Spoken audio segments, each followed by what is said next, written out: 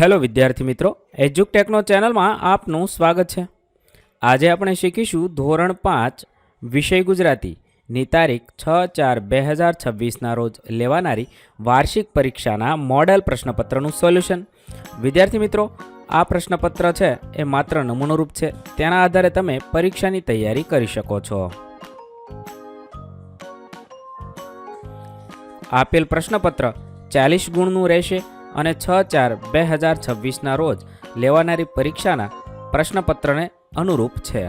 પ્રશ્ન નંબર 1, આપેલા શબ્દોને ઉદાહરણ મુજબ સ્વર ચિહ્ન ઉમેરી અર્થપૂર્ણ શબ્દ બનાવો।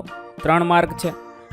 ઉદાહરણ આપેલું છે ક, બ, ત, ર, તેના આધારે કબૂતર બનાવેલું છે, તો એવી રીતે આપણે બનાવીશું। પહેલું થશે પતંગ, બીજું થશે રમકડું, ત્રીજું થશે ગણિત। ત્યારબાદ પ્રશ્ન નંબર 2, આપેલા શબ્દોને ઉદાહરણ મુજબ રૂપાંતર કરવાનું છે। ઉદાહરણ છે પૂજા તો પૂજનીય, એવી રીતે રૂપાંતર કરવાનું છે।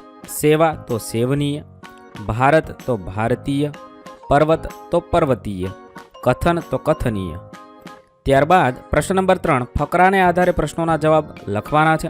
અહીંયા એક ફકરો આપેલો છે, તેના આધારે આપણે પ્રશ્નોના જવાબ લખીએ। 1, રિદ્ધિને શરૂઆતમાં થાક કેમ લાગવા લાગ્યો? તેના માટે 4 ઓપ્શન આપેલા છે।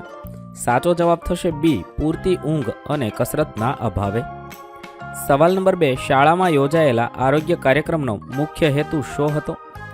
4 ઓપ્શન આપેલા છે। સાચો જવાબ થશે આરોગ્ય વિશે જાગૃતિ લાવવાનો હતો। સવાલ નંબર 3, ડૉક્ટરની સમજણમાંથી કયો મુદ્દો સૌથી મહત્વનો હતો? 4 ઓપ્શન આપેલા છે।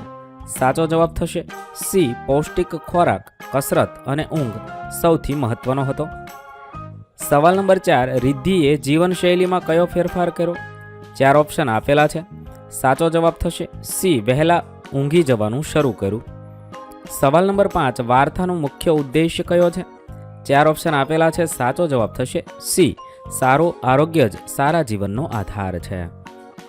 પ્રશ્ન નંબર 4, આપેલા જાહેરાતના આધારે પ્રશ્નોના જવાબ આપેલા વિકલ્પમાંથી પસંદ કરીને લખવાના છે। અહીંયા એક જાહેરાત આપેલી છે, જાહેરાત વાંચવાની છે, સમજવાની છે, તેના આધારે આપણે નીચેના પ્રશ્નોના જવાબ લખીએ। પહેલું છે આ કાર્યક્રમનું મુખ્ય શીર્ષક શું છે? 4 ઓપ્શન છે। સાચો જવાબ થશે બી, હેલ્થ ઇઝ વેલ્થ પ્રોગ્રામ। 2, શરીરને હાઇડ્રેટ રાખવા માટે જાહેરાતમાં શું સલાહ આપવામાં આવી છે? સાચો જવાબ થશે દિવસમાં 6 થી 8 ગ્લાસ પાણી પીવાની સલાહ આપી છે। 3, જંક ફૂડ ખાવાથી શરીર પર શું અસર થાય છે? જવાબ થશે એ, પાચન ક્રિયા નબળી પડે છે। 4, મજબૂત દાંત અને સુંદર સ્મિત માટે શું કરવું જોઈએ? 4 ઓપ્શન છે। સાચો જવાબ થશે સી, રોજ 2 વખત દાંત સાફ કરવા જોઈએ। સવાલ નંબર 5, તંદુરસ્તી તમારા હાથમાં, આ વાક્યનો સાચો અર્થ શું હોઈ શકે? 4 ઓપ્શન આપવામાં આવ્યા છે। અહીંયા સાચો જવાબ બી થશે, સારી ટેવો દ્વારા આપણે પોતે સ્વસ્થ રહી શકીએ છીએ। મારે ભૂલથી અહીંયા ચોરસ થયું છે, તમારે આ જવાબ લખવો, સાચો જવાબ બી થશે। પ્રશ્ન નંબર 5, આપેલ શબ્દનો ઉપયોગ કરી ફકરો લખવાનો છે। અહીંયા કેટલાક શબ્દ આપેલા છે, તે શબ્દનો ઉપયોગ કરવાનો છે અને ફકરો લખવાનો છે, તો ફકરો લખી શકાય। રવિને નાનપણથી જ ડુંગર પર પ્રવાસ કરવા ખૂબ ઈચ્છા હતી। તે હંમેશા આકાશમાં ચમકતા ચંદ્રને જોઈ ડુંગર પર જવાનું સપનું જોતો હતો।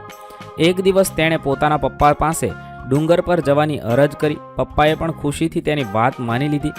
બંનેએ મળીને પ્રવાસની તૈયારી શરૂ કરી। થોડા દિવસ પછી તેઓ ડુંગર પર પહોંચ્યા। ત્યાંનું સુંદર આકાશ અને ચમકતો ચંદ્ર જોઈને રવિ ખૂબ ખુશ થયો।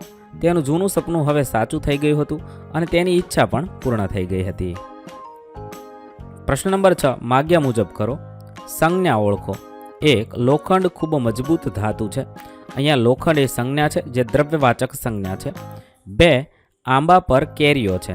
અહીંયા કેરી એ જાતિવાચક સંજ્ઞા છે। સંયોજકનો ઉપયોગ કરી વાક્ય બનાવવાનો છે, તેથી સંયોજકનો ઉપયોગ કરી વાક્ય બનાવી શકાય।